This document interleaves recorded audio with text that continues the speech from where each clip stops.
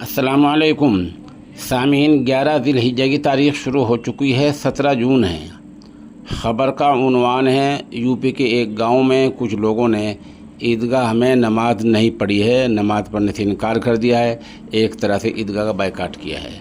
मामला मगरबी उत्तर प्रदेश के ज़िला सहारनपुर के गांव सीकरी खुर्द का है।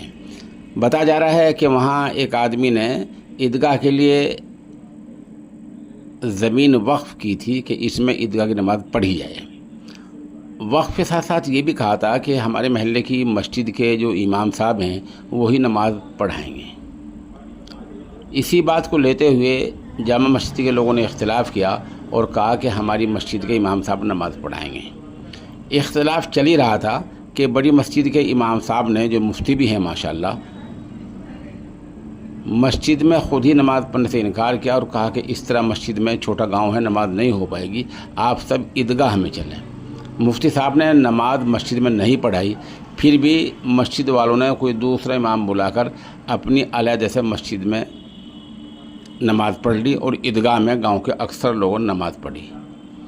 इस तरह का माहौल गांव सीकरी खुर्द में हुआ है।